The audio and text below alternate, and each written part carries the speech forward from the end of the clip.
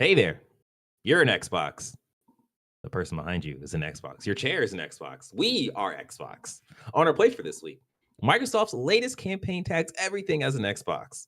Stares at PS3, PS4, and PS5. I guess there are Xboxes too. Phil Spencer changes his stance on porting games to the PlayStation, and PlayStation Control Z's on its PS5 price cut. Strange. All this and more on Season 8, Episode 46 of Press X to Start Gamers Digest.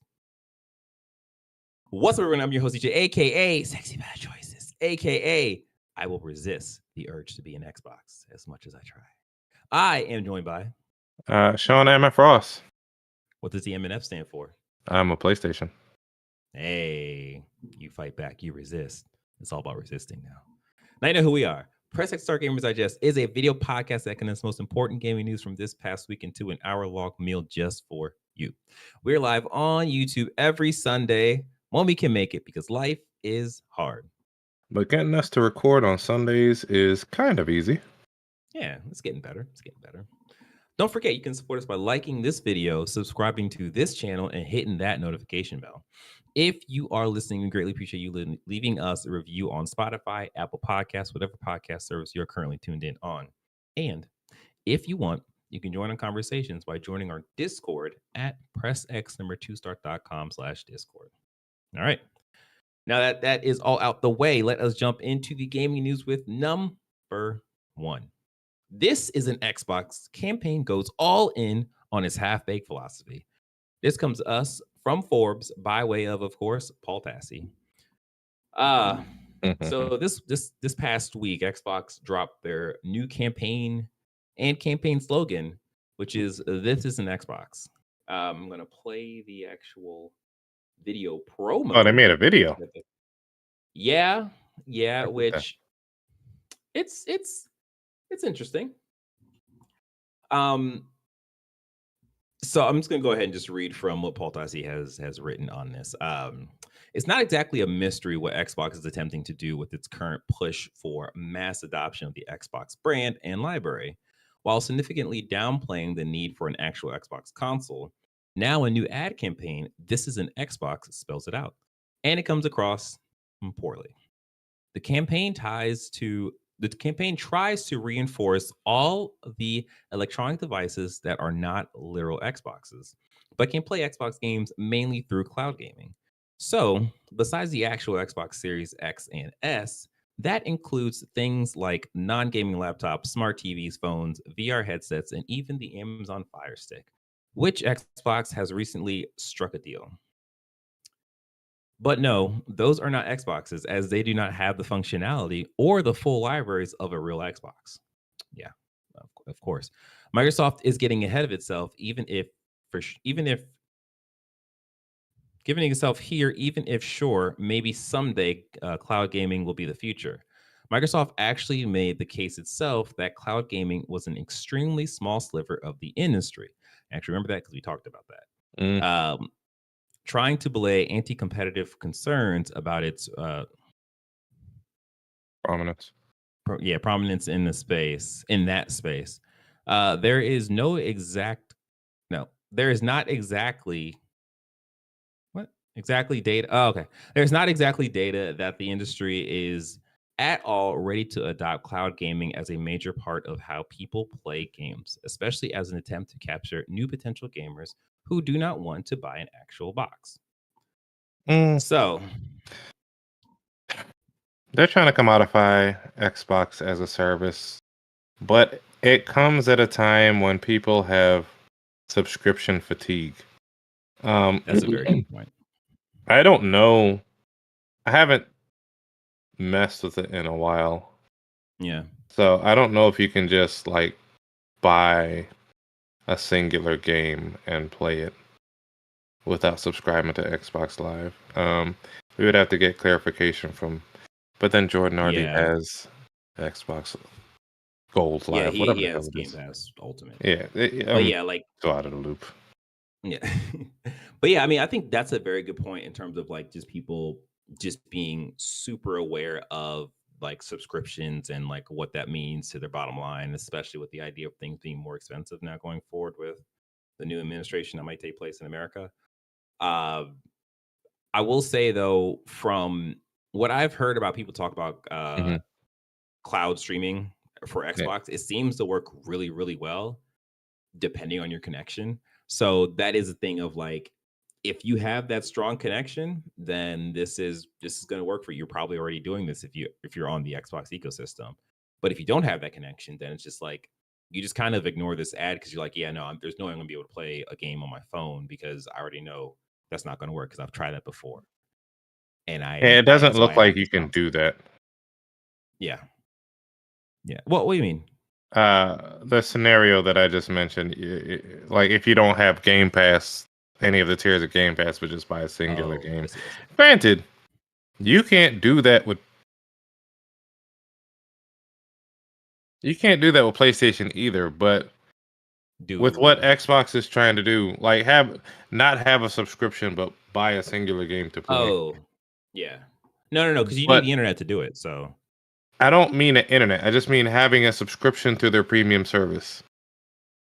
Like, if you just want to buy oh, Starfield and play it over the cloud without owning an Xbox, oh, so no remote play, you just yeah. buy it and play it over the cloud with I no I premium think subscription. yeah, I think the one of the subscriptions has X Cloud a part of it. I don't think you can get X Cloud without the subscription. Um, but yeah, this is very. I will say that I appreciate Xbox trying Mm, to carve out a different message to get around the whole like we're trying to pull away from the like console generation. And it's like they've been trying their best to say that, but you know, people have grown up with the Xbox brand. They've grown up with the Xbox, so they're used to waiting for the next box to get all the new games with the box. And Xbox is trying to be like, oh no, we're not really going to be doing that. But at the same time, they kind of are going to be doing that because Phil Spencer also made note that along even though this branding is kind of pulling away from the consoles, they're still mhm. going to make consoles in the future. So it's like, okay, all right, Do you like I Generations? guess me. Yeah, Oh yeah, I like Generations. there's a I clear think it's delineation of yeah, yeah. I mean, it's- and I think it's a thing of like I grew up on that, so the idea of okay, I am moving from the PS4, which had really good games, really pretty games, to mm, PS5, which has faster loading times and like even prettier games, and then with the Pro that has the PSSR and all that stuff. It's like there's I guess a PC slow gamers never progression. really have that issue, and I understand the desire for like I'll no I'll generations and like ultimate backwards compatibility. But I will push back though, because I think PC gamers also has that progression in just in terms of their graphics card, because yes, that's their generational gap. however, you're never locked out from playing a game from the quote unquote previous generation. Oh well, yeah, true, true, yeah, yeah. I mean, yeah, that part is right. Yeah, And like they're releasing graphics cards what every year, every other year.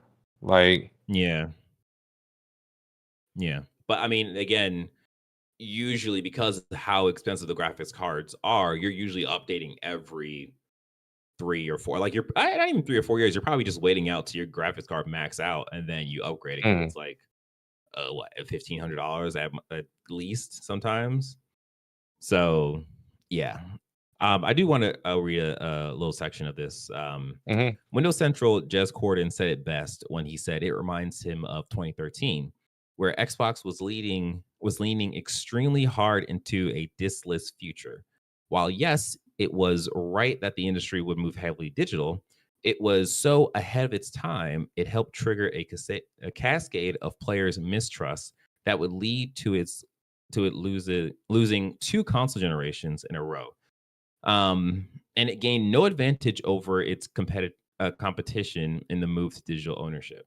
Since it has lost the console war by its own admission, now this is what it's leaning towards. But the industry is in no way ready for this kind of cloud centric branding as a main way of playing games. So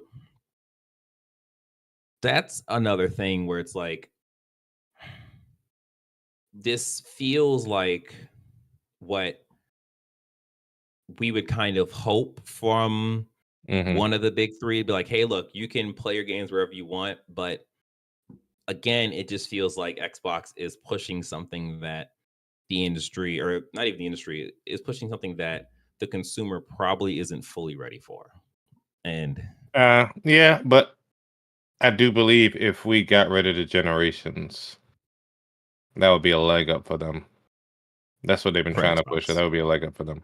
yes, yeah, for sure. I totally think that's the case too. Like if it was just service based, then they already have the stuff They like already ready have a to foot in go. there. Yeah. Yeah, but I mean, I think you know if they want to do that with their boxes, I think that's fine. But it does. I think it gets to the point where you have this Xbox that is essentially a cheaper gaming PC, Hmm. then it's like you end up having to like if you have like Steam on or whatever, you end up having to worry about more things with that box than just turning on an Xbox and just playing the game that comes or that you can get for the system. So there's no real win-win for them, at least in my head, in terms of this generation or this path forward for them. Ah, so yes, that's that. Number two. Switch this back. Xbox, Phil Spencer doesn't see any red line in their portfolio regarding game support to other systems. Xbox Handheld is a few years out. So this comes to us from WccfTech by way of Francisco Demio. So we've gone back and forth about basically just trying to keep up with Phil Spencer, jumping back and forth between this line of It's what lies. No, I'm joking. yeah, like how what games are being held back to stay in the Xbox ecosystem versus the games that are going to jump the line and be like multi-platform. And just in case you've missed the chat, Hmm. fellow viewer, um, when they first had this whole conversation, they brought Grounded, Pentiment, Sea of Thieves, Hi-Fi Rush. Yep. Those four games. I always forget Pentiment, but yeah. So they brought those games over. They said it was Just a a test. Yeah. success. Yes. And then it was like, okay, during that whole thing, Phil had a tweet because people are like, "Oh, are you gonna is Indiana Jones gonna say exclusive to Xbox?" And Phil came out and said, "Yes, Indiana Jones is going to be exclusive. We're not going to Did he have say that." that? Yeah, he did. It was in a tweet that he said that, and Oh, or at least he said it in a way to tamper down people's frustrations or like worries that it was going to be multi-platform. And then in Summer Game Fest of this year, the one more thing was that oh, your camera is oh, doing some blinking weird stuff. green. Yeah. Oh no. All right, let me switch to regular FaceTime. Let me go back to being a pleb. Oh, no, no. Uh-oh. Uh-oh. Okay. I think it's good. Nope, it just blinked again. All right. We'll Well, just we'll have to just deal with it for now. yeah. He's blinking green for as an Xbox stand, but it is what it Mm. is.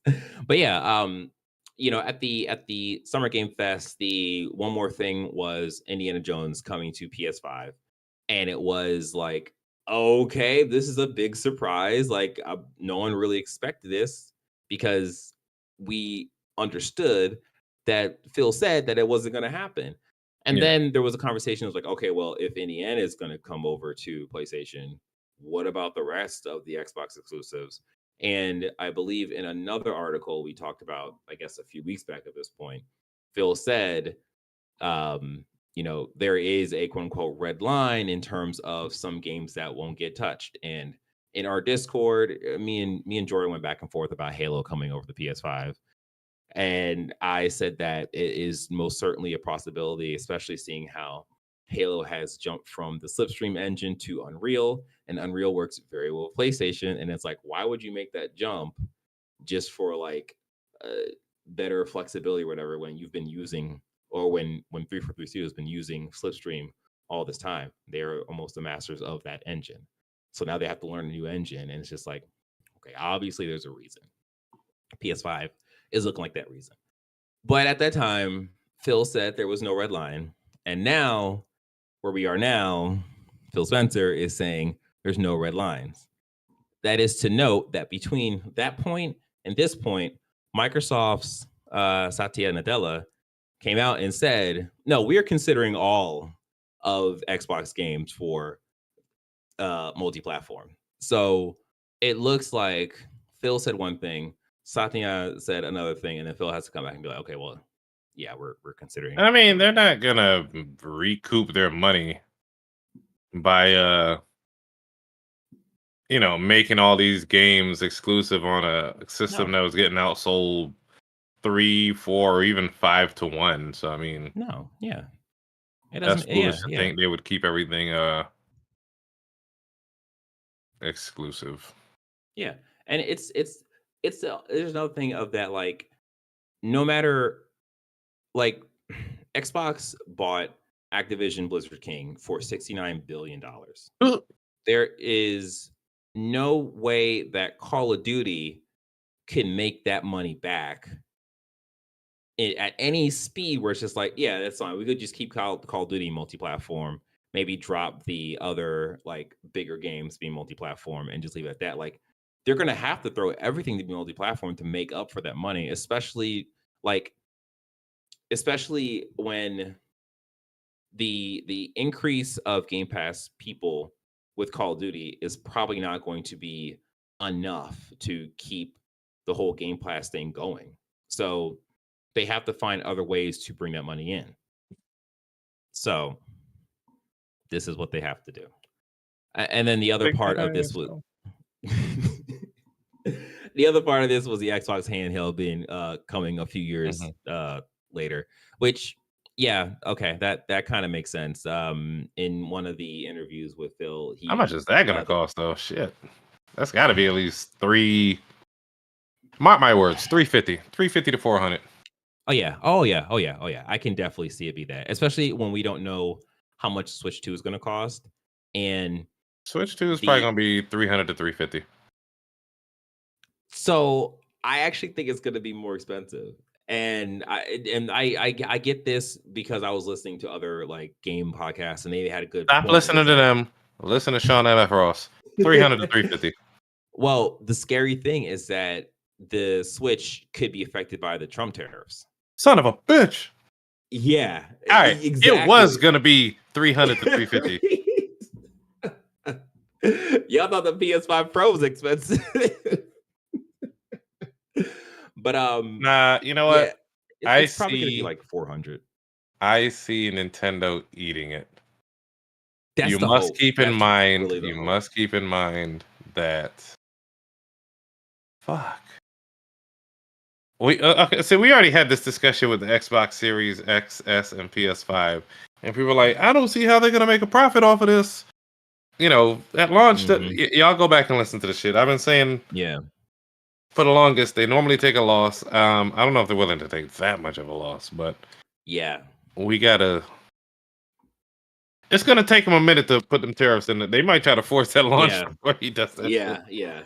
It's like Shit. the hope is that the production of the Switch 2s is already happening right now. So whatever tariffs hit, hopefully doesn't hit until like March or May, or like midsummer kind of thing, because Trump will have a bunch of stuff that he has to get done. What would lose them more money? Manufacturing Switches overseas and importing them and taking a hit on the tariffs? Or starting up a factory here and risking Switch 2s falling off the truck? I mean, the issue with starting up a factory here is that we're going off a tangent, but it's fine because it's still gaming related. The issue with starting a factory over here is that the US doesn't have those type of pipelines to like bring in Hey, silicon to make the I've been chips and all that stuff. told by my right-leaning friends that these tariffs are going to bring back manufacturing, they're going to bring back the Oh jobs, boy. but they're also going to kick out the people that are unwanted and all that good. Sure, sure. All right. Yeah, that's gonna bankrupt America, but okay. Well, that's gonna be fun. That's gonna be fun to watch and just be like, oh. Anyways, so yeah, the handheld is Xbox handheld is gonna be a few years out. The other issue is that because we don't know what the future holds, there's a possibility that something could happen, and we as a collective gaming community are just like, they don't really deal with handhelds anymore. And they put this handheld out, and it's just like that was 2025, my guy. Like we're past that at this point. So it is kind of a scary thing, but I think overall, an Xbox handheld is a really good idea, especially with how I was so anti PlayStation Portal, and then once I got the Portal, I was like, oh, this changes everything. This is great, and it's like the X Cloud is already kind of doing that Portal thing, but with the Xbox handheld, if it can be like a Steam Deck, that would be even better. So Ain't this a if bitch? yeah, I'm just thinking like the last generation and PlayStation and Xbox launched. copy Nintendo. Oh, They launched at the tail end of Trump's presidency, okay. and the next generation may do the same fucking thing. Oh man. Oh dear. But yes. And speaking of ways Xbox can make more money on top of the whole Game Pass model, Mhm. Avowed selling 5 days early. Oh, I'm sorry. Avowed selling 5 days early access if you pay £90. It's Kiss my $90. ass. Yeah. This comes from Eurogamer.net by way of, let me scroll up some, Tom Phillips. So there's not much here other than, Oh, um, this is a first party game though, right? yes. Are they Yes. hoping that people will bypass getting it for free 5 days later? Like what? I'm Yes. curious to see the take rate They on this. they did this for one of their other I'm drawing a blank now, but they did this before. And I think it went reasonably well for them. So this is a thing that they will probably be doing for their first party games to bolster the More money. I guess bolster the subscription rate of these tent pole And full games. Yeah. games. But I mean, that's not bolstering the subscription if they're having you buy it outright. Yes, you're right. Yeah. I mean, I guess offsetting the subscription numbers. That's what I meant. Yes. Why would they need to do that if it's a complete success, though? I don't. That's a great question, Sean. It's a great question. And again, and again, and again, I still want to make it very clear that Xbox was like, "Hey, man, Call of Duty is a success and it's doing well, and it got all these people on the Game Pass." And they're just like, "We're not going to show the numbers though." And it's just like, if it's a success, you would want to be like, "Oh, I Call mean, of yeah, Duty they showed brought the like, numbers for Starfield. yeah." And it's like you would want to say that to be like, "Yeah, okay, this is cool." And that even that being like a news headline could bring more people into the Game Pass ecosystem who just didn't realize like, oh man, that I could just do that kind of. Anyways, yeah. But yes, I Avowed is gonna be $90 if you get it. You can get it 5 days early. You know the And they benefit of also, things launching on Xbox first, but eventually coming to PlayStation anyway? They will have fixed most, or if not all, the bugs. yeah, yeah, Because I'm wondering, when is Avowed and Starfield coming to PlayStation then? yeah. I think we're gonna get Starfield next year. Like I would almost say for sure because this year, because now that Starfield has that expansion out, Mhm. there isn't a big thing lined up for Starfield. So, I mean, it's possible they're working on it, but I think it would make Xbox more money if they release it on PlayStation and then drop a big like Yeah. second expansion kind of thing. Yeah. But with the Avowed Platinum Edition or Expansion or whatever edition, you get the game 5 days early. You get 2 premium skin packs and access to Avowed's digital art book and soundtrack. So, for the people who are excited for this, are you excited enough to spend $90 on this? Let us know in the comments below. But then you'd have to own an Xbox. Yeah, you're right. Okay. So, and then part B to this Xbox super fun story time. Despite buying Activision Blizzard for $69 billion, just a year later, Microsoft definitely wants to be part of the market for more video game acquisitions. Hide your devs, hide your publishers. Because Xbox is coming for them. So this comes to us from IGN by Wesley Eampole. So, in an interview with Bloomberg, Microsoft gaming boss Phil Spencer said he is up for buying more companies, although cautioned that nothing's imminent and big deals are off the table for now. So, if Microsoft does open its wallet once again, what might it spend its billions on? Deals that add geographic diversity, including Asia, might be worthwhile, Spencer said. Apparently, Microsoft's eyeing up buying another mobile company. Microsoft picked up Candy Crush maker King as part of the Activision Blizzard acquisition. This is a quote: "We definitely want to be in the market, and when we can find teams and technology and capability that add to what we're trying to do in gaming at Microsoft, absolutely we'll keep our heads up," Spencer said. So, yeah, I mean, that's sort of how they have to keep the train going. You keep buying up publishers to put games on your service, but then you forget that you have studios that are supposed to be working on games that you had promised people like 2 years ago, 3 That's years fine. They're ago. gonna shut some down to make some room. Oh my goodness. This is I don't know. I don't even know what to say. Like, it's of course you wouldn't expect that my Activision would be done after buying. No, I'm sorry, that Microsoft would be done after buying Activision Blizzard. But at the same time, it's just like you guys are just gonna keep going until the wheels fall off. Like that's the plan, and that doesn't seem like a very sustainable plan. But we'll see. We'll see what happens with that. So yeah, that is it for the Xbox super fun package. Lander. Yeah. Yes. So number 3, this is kind of a quickie, but it's a kind of a big thing. Gamers are mixed about the Game Awards allowing DLC to win Game of the Year. This comes to us from The Gamer by way of Johnny Flores Jr. So, the Game Awards has clarified that DLCs, expansion packs, and season passes, along with remakes and remasters, are eligible for the annual Game of the Year award. This means that Elden Ring Shadow of the Erdtree expansion is eligible to win the award, despite the main game having already won honors in 2022. As a result, gamers are largely mixed opinion of the decision, with some offering criticism and other defending it. So this is an interesting thing.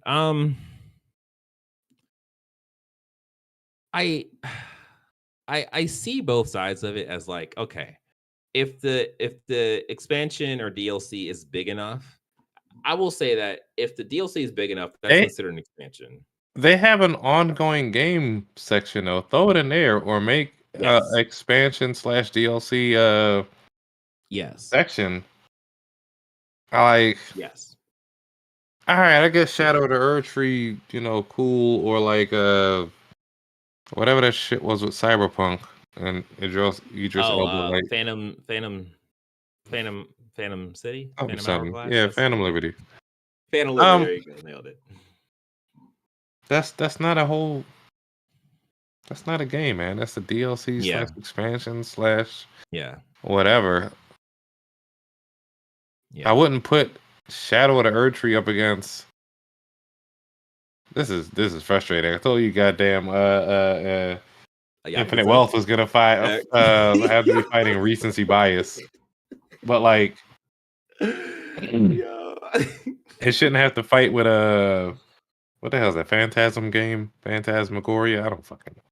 Oh, a Like metaphor Refantasio. all that shit. Yeah. That shouldn't have to Yeah. compete with a game that came out. When did Elden Ring come out? 2022? 2022. Yeah. All right, cool. Yeah. The expansion came out. Like that's not a new Yeah. game though. Yeah. It's a thing of there there is you can say that the expansion to the game of the year of 2022 is a good expansion and just leave it at that. There's no need to give them another reward for the thing that is just expanded upon on the thing that they got an award for.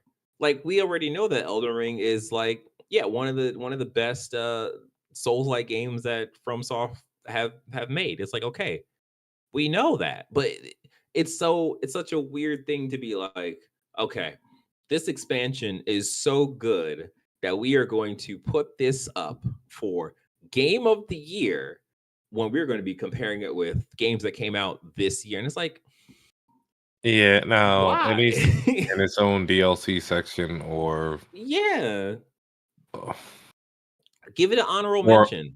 or Like, ongoing games. So I guess ongoing games is like live service shit, but like yeah, I guess not enough DLC or expansions are being developed enough to have its own category, but yeah. And I think that's where it is where like Jeff is really trying to be flexible where I don't think he should be flexible in this manner. Like, it's that thing of like, if you are able to bend the rules to this, this award ceremony that has been going on for a long time now at this point, and those rules have pretty much stood firm. I think the only thing that's really changed is like how many Game of the Year nominees are present now. But like for the most part, those rules have stood firm, and it's just like it doesn't seem like a good idea to bend the rules for your best friend's game.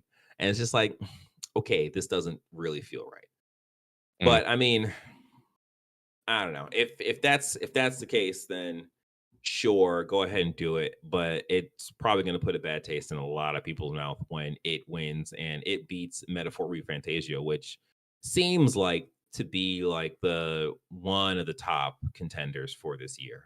Even though I didn't play it because it's turn based, but I might give it a shot. But I don't know. I don't know. The game really seems like it's too long. But yeah, this is just a weird one. Um, yeah, I don't really know. I don't really know what's gonna come of this. I wish he put up a vote, but I think that kind of gets weird, especially in this day and age of the internet. So yeah. yeah, yeah. So we'll see. Game Awards is very soon. It's next month. And before we jump into the PS5 price cut debacle, hey, subscribe to the channel. It's cool. We talk about stuff, just like this video, subscribe to the channel, hit the notification bell. If you are listening and you can't do that, well, first, you should be doing both. You should be watching and listening. But if you're listening, just leave us a review and also tell your friends about us because that would help us grow and become a writhing human flesh mass that will roll down the streets of the internet and slowly consume all Mm. and be better. All right, that's it. Let's jump back into number 4. PS5 price cut for the holidays, edited out of new Sony trailer. This comes to us from GameSpot. This is a weird one. By Eddie McCooch. Yeah. So on November 12th, Sony published a marketing trailer for the PS5 that ended with an announcement that the digital PS5 Slim would be marked down for the holidays. That trailer has since been edited and re-uploaded to remove all mention of the temporary discount. That The shit is trailer so originally, terrible because I posted in the chat like, "Hey, y'all, they dropped the price." Wait a minute. yeah, right? Like that is so yeah. So the trailer originally stated that I don't really have to get into that. So yeah, it was supposed to be marked down to 380. I don't know why they would do this because the marketing materials usually has to get like the thumbs up before it be pushed live. So this seems like some kind of mismanagement of like, I guess the accountants. I don't know. Like this is so just Sony, what are you doing?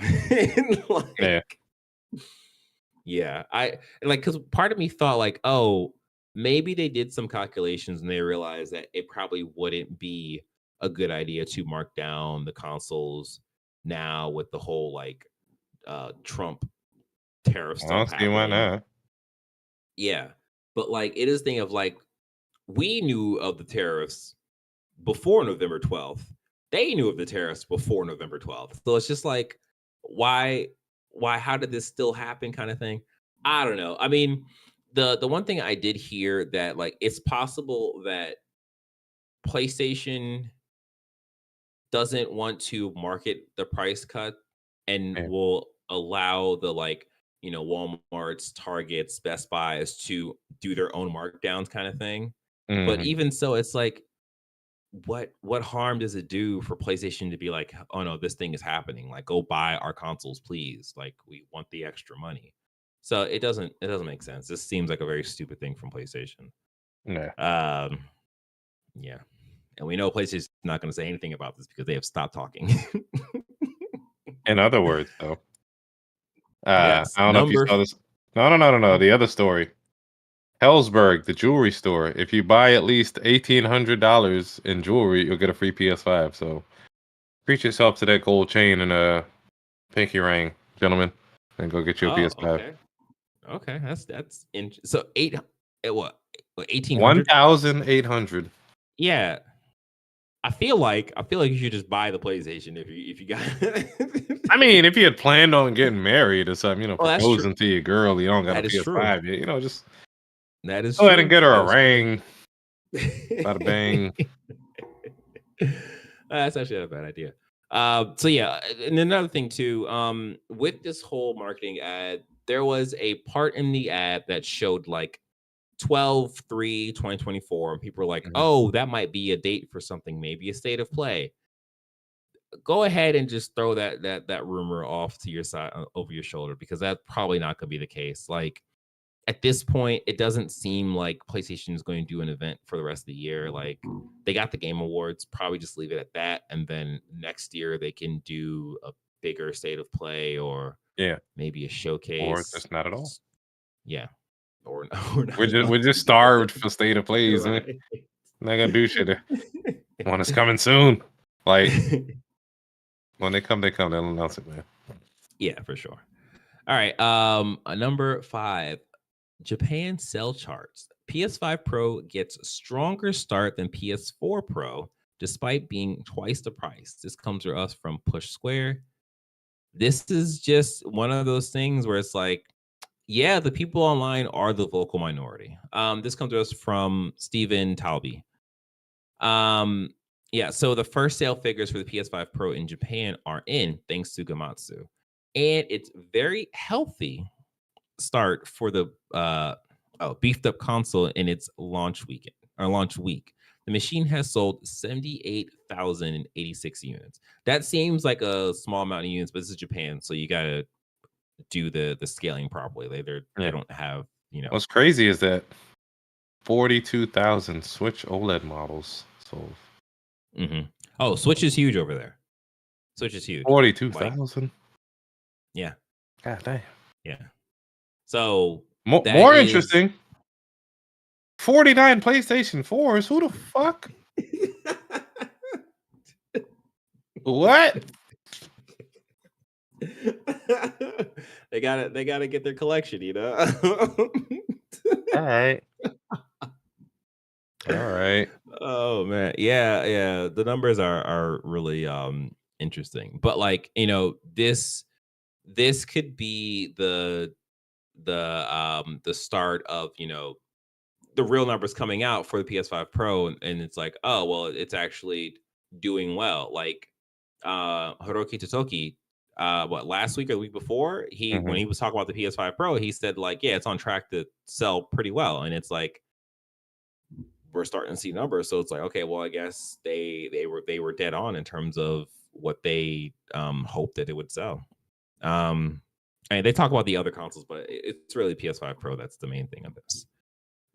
Wow. Number 6. Rumor.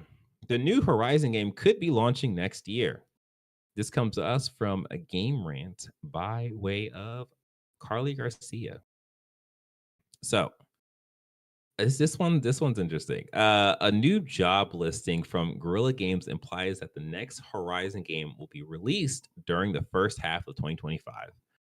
The Horizon series has found continued success since it started in 2017, and its protagonist Aloy has often appeared as a symbol of the PlayStation 5 brand. This just talks about how much it sold 32 million units as of May 2023, which is really impressive. That's a lot of units. Yeah. The thing about this is that we talked about I think it was last cast, we talked that the next Horizon game is supposed to be the multiplayer game. So putting that together with this, it seems that the next Horizon game that's going to be coming out early 2025 is going to be the multiplayer experience. The problem with that is that from what we saw, oh, you know what?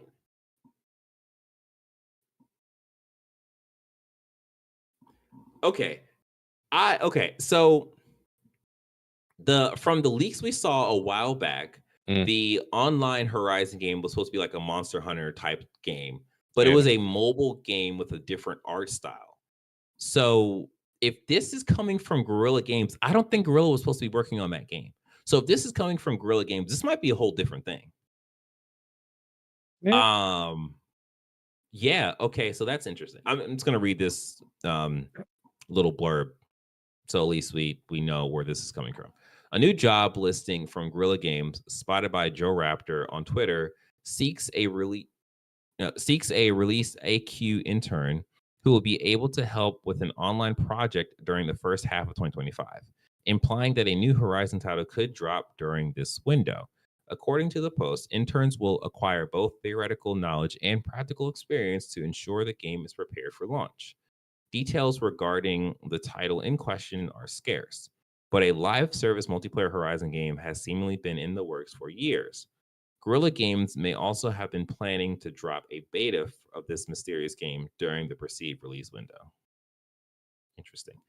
So it is very possible that the game that was leaked at this point years ago could have went through overhaul, could have switched developers, anything could have happened to it. So it'll be interesting to see if this, I mean, it's possible that this could be like the thing that is a part of next year's state of play or whatever. And it's just like, this could be the one more thing, or it can be like, oh, the beta starts today or whatever. I'm just spitballing at this point. But this is interesting. Yeah. So we'll see.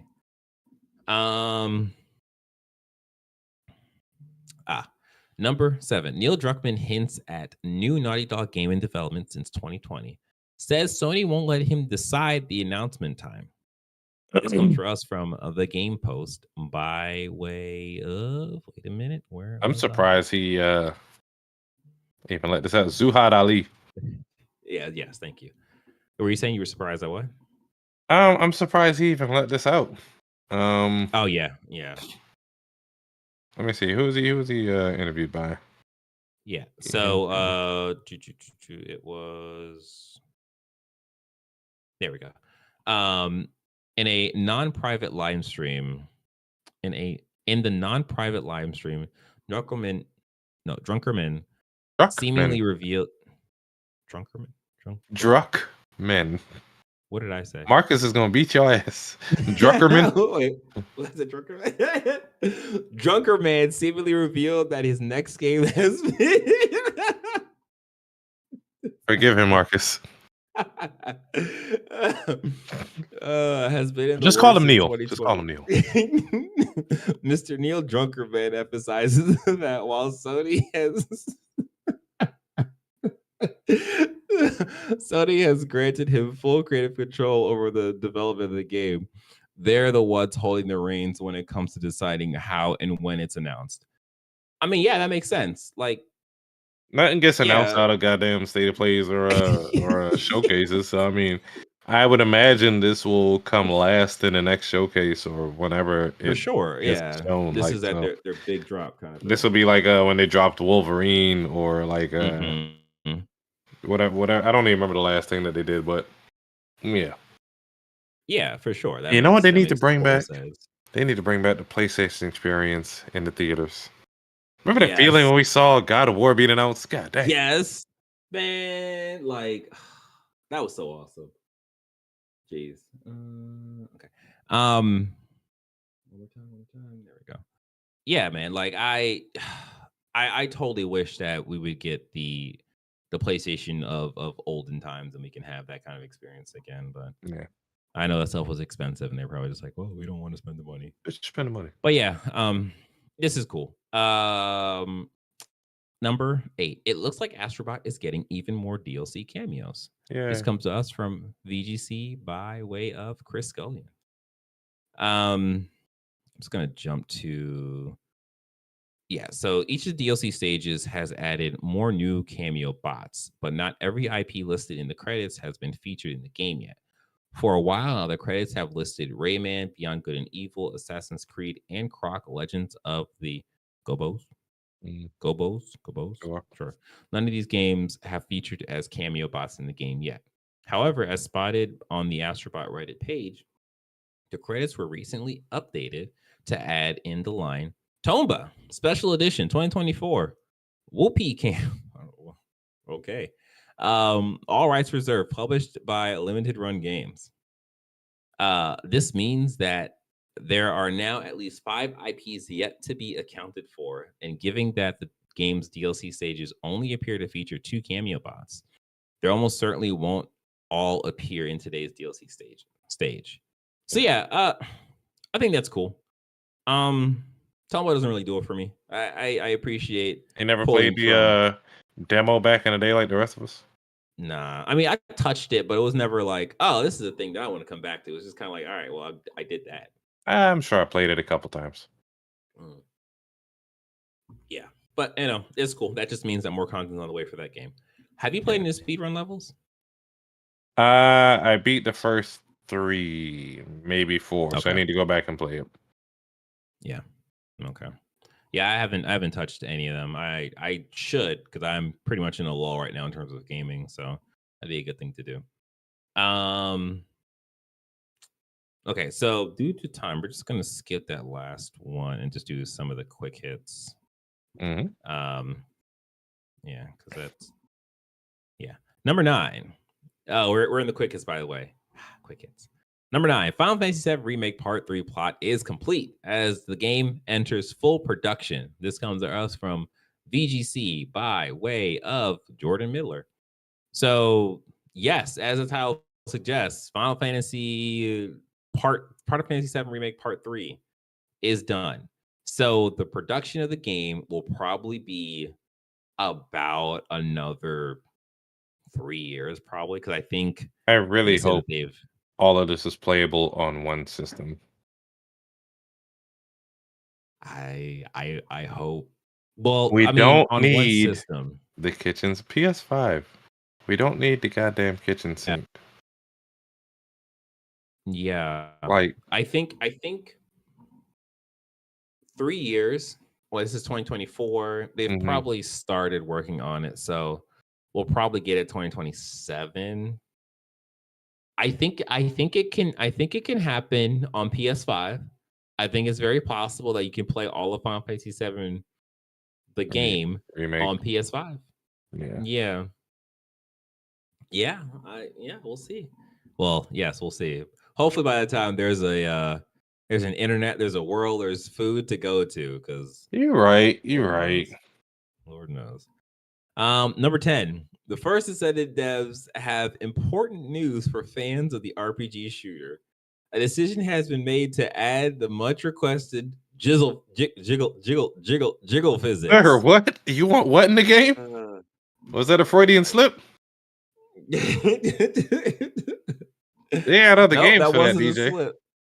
No, they're adding jiggle physics. Jiggle? Jiggle, right? Jiggle physics. They're adding jiggle physics. I can't say those two words together. Oh my god. Jiggle physics. Yes, You're they're making the doing that boobies to the move, y'all. game. Even more than Oh my before. goodness. The boobies Oh and my the booties. goodness. Yeah. They should add it to the hair because why not? And everything else is gonna be moving. Nobody wants to see that move, DJ. If you want to see hair move, go play Veil Guard. You can. Yes. You're not wrong. So yeah, this comes to us from Austin Wood. It's all by Games Radar Plus. Yeah, there's not much there. It's gonna be that if you play First Ascendant, you've weathered the storm. This is definitely for you. So enjoy. I wish you all the best while you're grinding out everything else in that game. Number 11, $30 Call of Duty bundle turns you into a Dragon Knight that looks straight out of Skyrim. And some players say they would be willing to pay not to see it. I just included this in here because I've been playing Call of Duty. This comes to us from IGN by way of the page is loading. Give it a second. It is taking Wesley Eanpool. Yeah, I don't really know why there's hate for this. I mean, the skin looks like any other ridiculous Call of Duty skin that's, that was in Modern Warfare 3. So it's just a green looking dragon skin thing.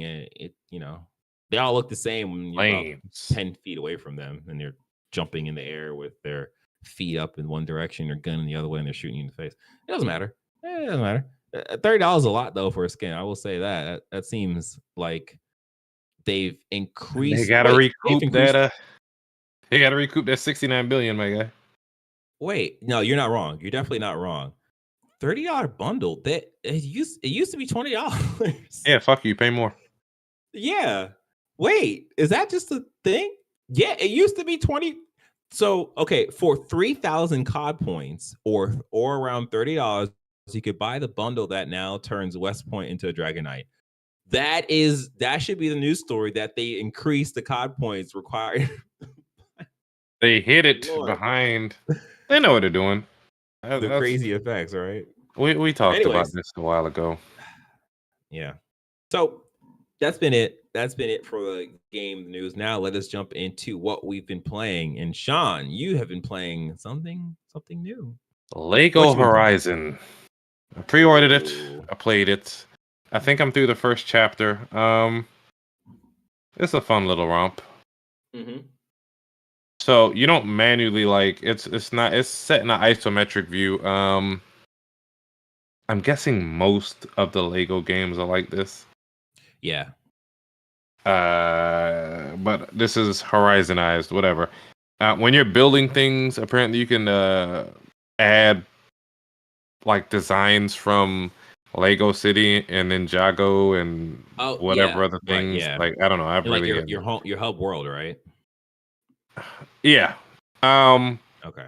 When it comes to aiming and just holding down square, you see a large pointer, kind of help you aim what you're aiming at. If you hold it down, you get a full charge shot.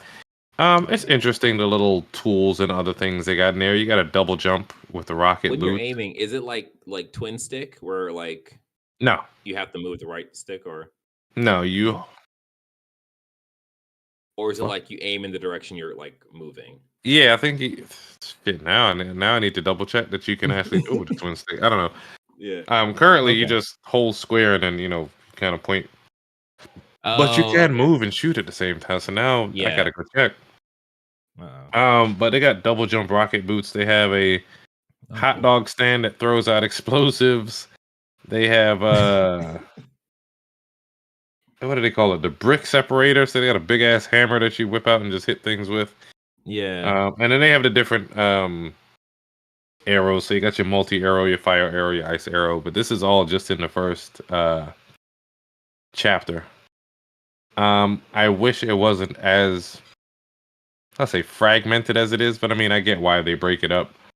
This is supposed to be for a younger audience. But it's holding my attention.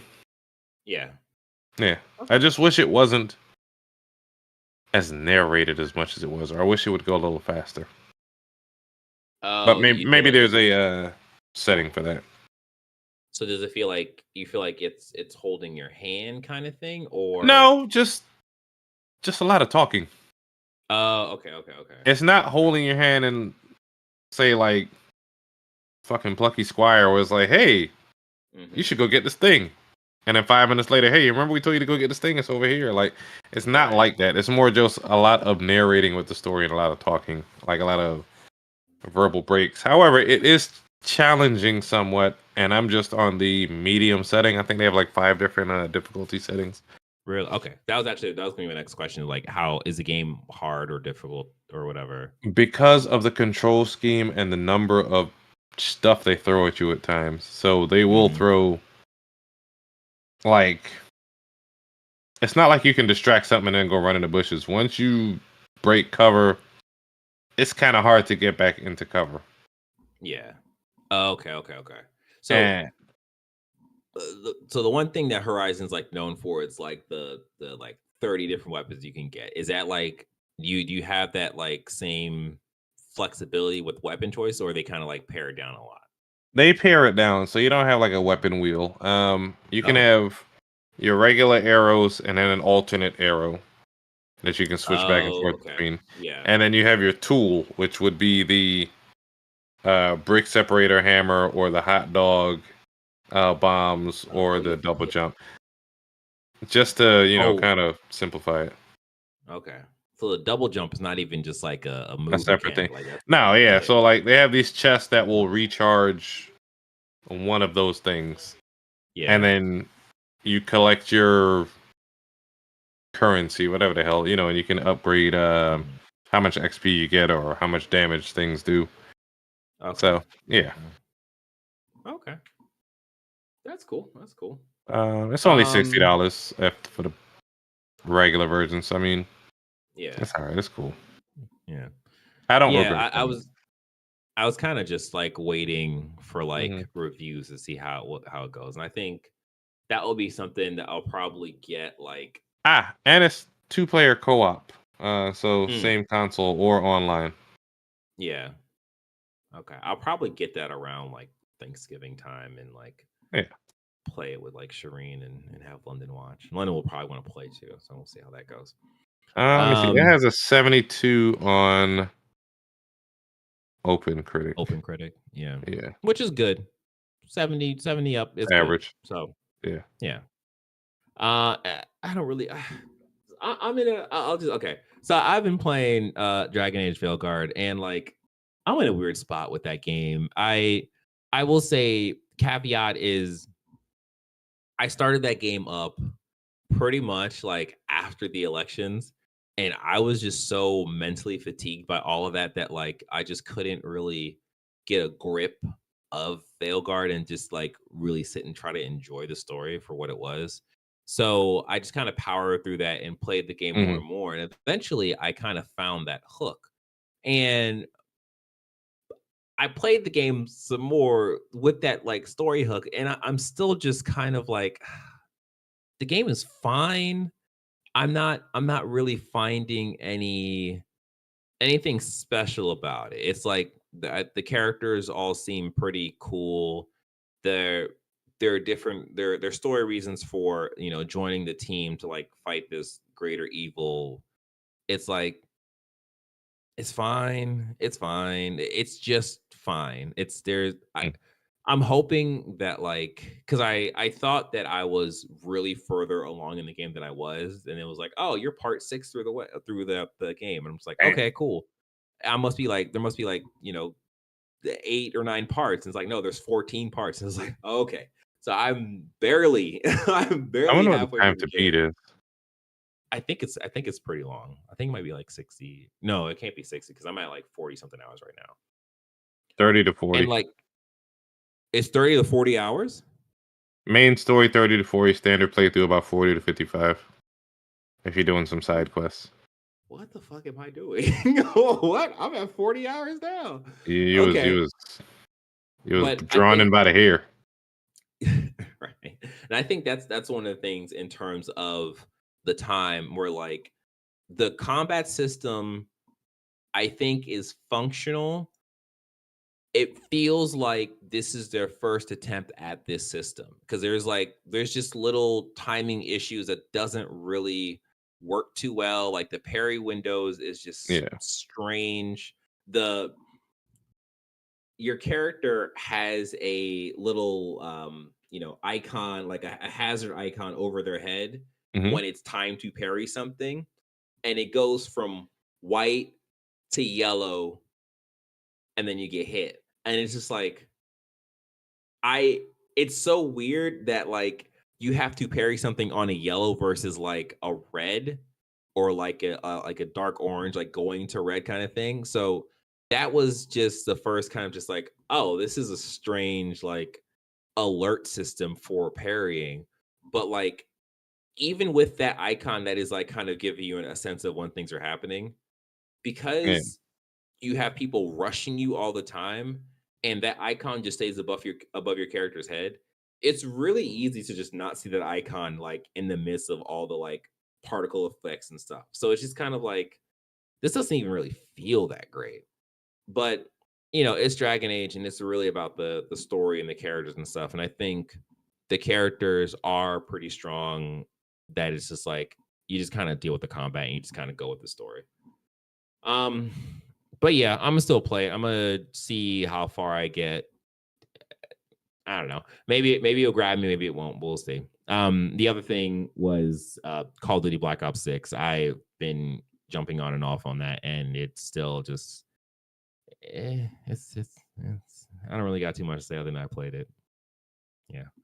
So that's it. That's it for the games that we've been playing. Oh, breaking but not breaking news. Uh-oh. Brazil. This one store, Brazil, had a sale for PS5s at $179, and people were fighting over them. For $179? So it looks like a Black Friday sale up here. It looks like the free crack giveaway. Oh my god. Oh my gosh. Yeah. 179 is insane. Yeah, I mean that's legitimate like means for fighting. Yeah, that makes sense. Yeah. Yeah, do that. Hey man, if you gotta put people down and get your console, do it. All right. Well, that's it. Oh, okay. This is Paraguay, not Brazil. It's the border where the Iguazu Falls are, and the shop is tax free. Okay. They had a limited sale to clear stock for some reason, and selling the PS5 at a loss. Good gosh. Dang. Somebody said this is exactly how it would look if Best Buy had PS5s at $180 on Black Friday in the US. So, yeah. Yeah. We gonna see. Black Friday's coming up too. All right. That has been it for the episode. This episode of Press X Start Gaming Digest. We hope you enjoyed this episode as much as we enjoyed making it. Don't forget to leave us a review on Apple Podcasts, Spotify, whatever podcast services you are tuned in on. Please like this video, subscribe to the channel, and hit the notification bell. Please, not really please. If you want, you can join our Discord by joining our Discord at pressxandreducer.com/Discord. And please just take care of yourself. Do what makes you happy. Play some games, wash your hands, eat some food, get that burger. I can hear your stomach. You're pretty hungry. You should just get that food. Do it. Yeah, until next week when we'll talk more about the games and the news. You take care. Be safe. Have fun. All right, y'all.